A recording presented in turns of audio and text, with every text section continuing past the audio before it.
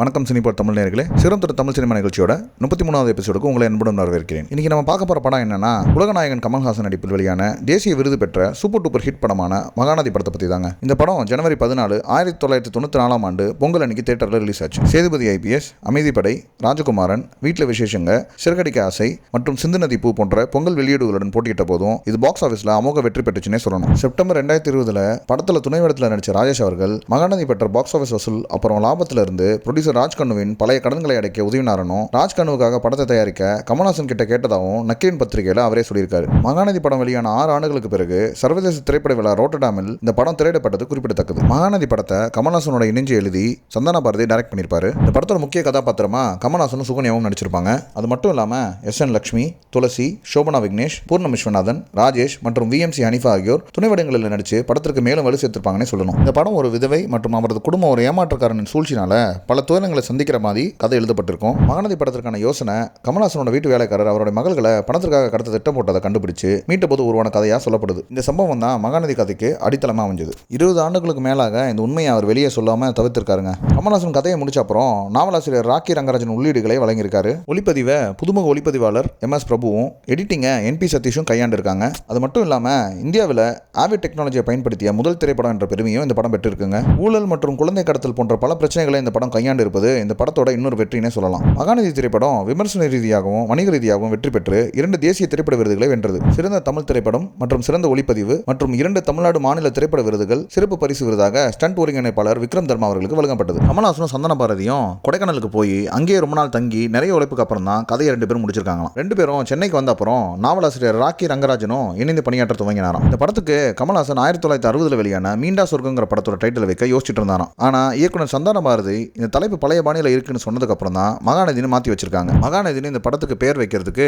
இன்னொரு காரணமும் இருக்கு. அது என்னன்னா, இந்த படத்தில் இடம்பெற்றிருக்க முக்கிய கதாபாத்திரம் பெயர்கள் அனைத்துமே நதிகளுடைய பெயர்களாகவே இருக்கும். அதனால இந்த படத்தோட தலைப்பும் நதிகளை குறிப்பிடணும்னு சொல்லி மகாநதினு பேர் வைக்க சந்தான பாரதியும் கமல்ஹாசனும் முடிவு செஞ்சிருக்காங்க. கமலுடைய அப்போதைய மனைவி சரிகா ஒரு காஸ்டியூம் டிசைனரா மட்டும் இல்லாம ஒரு ஆடியோகிராஃபரும் இந்த படத்தில் பணியாற்றி இருப்பாங்க. இந்த படத்தில் சேரன் இணை இயக்குனராக பணியாற்றி இருந்தாராம். ஆனா கமல்ஹாசன் கிட்ட இருந்த படைப்பு வேறுபாடுகள் காரணமா அந்த திட்டத்தை பாதியிலே விட்டுட்டாராம். இந்த படத்தோட ப்ரொடியூசர்ஸ் ஒரு நல்ல பாடம் தெரிஞ்ச பொண்ணை இந்த படத்துக்காக தேடி இருக்காங்க. அப்போ ஒரு பள்ளி நிகழ்ச்சியில் சோபனாவை பார்த்து காவிரியா நடிக்க வச்சிருக்காங்க. ஆனா இந்த படத்துக்கு அப்புறம் சோபனா வேற எந்த படத்திலையும் நடிக்கவே இல்லையா. மகாநதி சங்கர்னு கூப்பிடுற சிவசங்கர் சிறைவாடன் துலுக்கானம் இடத்துல நடிச்சிருப்பாரு.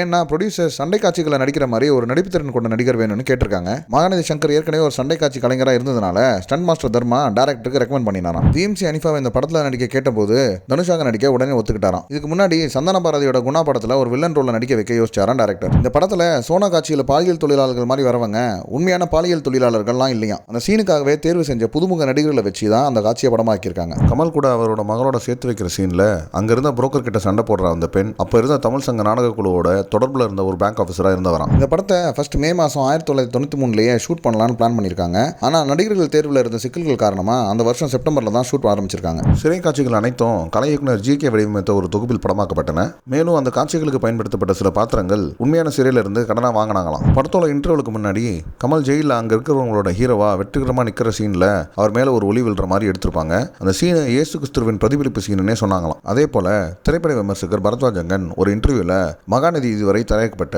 மிகவும் சோகமான படங்கள்ல ஒன்றுன்னு சொல்லியிருப்பாரு. இந்த படத்துல வர கதாபாத்திரங்களுக்கு கிருஷ்ணா, யமுனா, காவேரி, தாமிரபரணி மற்றும் நர்மதா போன்ற முக்கிய இந்திய நதிகளின் பெயரை வச்சிருப்பாங்க. இந்த படத்தோட மைய கதைக்களம் 1979 ஆண்டு ஹாலிவுட்ல வெளியான ஹார்ட்கோர்ங்கிற படத்தை தழுவி எடுக்கப்பட்டிருக்கும். இந்த படத்துல எல்லாருடைய மனதையும் உருக வைக்கிற மாதிரி நிறைய காட்சிகள் இடம்பெற்றிருக்கும். ஆனா குறிப்பா கமல்ஹாசன் அவர் மகளை தேடி வடநாடு போய் அந்த ரெட் லைட் ஏரியாவில் அவருடைய மகளை அங்க இருக்கிற நிலைமையை பார்த்து வேதனைப்பட்டு அவர் மகளை மீட்கிற சீனா இருக்கட்டும், மீட்டு வீட்டுக்கு கூட்டிட்டு வந்த அப்புறம் தன் மகள் தூங்கிட்டு இருக்கும்போது கனவுல அவளுடைய பழைய நினைவுகளை நினைச்சு புலம்புற சீனா இருக்கட்டும், மனதை ரொம்பவே நிகழ வச்சிருக்குன்னு சொல்லலாம். அதே மாதிரி இந்த படத்துல வர இசையை பத்தி சொல்லணும்னா வார்த்தைகளே இல்லைங்க. அதே மாதிரி இசைஞானி இளையராஜாவை பத்தி சொல்லணும்னா புதுசா வார்த்தைகளை தேடி தாங்க கண்டுபிடிக்கணும். அந்த அளவுக்கு இந்த படத்துல பாடல்களையும் சரி படத்தினுடைய பேக்ரவுண்ட் மியூசிக்கும் சரி வேற லெவல்ல அசித்திருப்பாரு. முக்கியமா பொங்கலோ பொங்கல் பாடல், ஸ்ரீரங்க ரங்கர் ஆந்தரின் பாடல் பட்டி தொட்டி எங்கும் ஒலிக்க ஆரம்பிச்சது. இப்போ வரைக்கும் பொங்கல்னாலே பொங்கலோ பொங்கல் பாடல் தான் எல்லாருடைய மனதுக்கும் முதல் ஞாபகத்துக்கு வரும். அந்த அளவுக்கு பெரும் வரவேற்பு பெற்றதுனே சொல்லலாம். இந்த பொங்கலோ பொங்கல் பாடலை முறியடிக்க இதுவரைக்கும் ஒரு பாடல் வரவில்லை என்பது குறிப்பிடத்தக்கது. இந்த படத்தில் கமல்ஹாசனும் பாடல் பாடியிருப்பாரு. அவர் மட்டும் இல்லாம SPB, S Janaki, KS Chitra,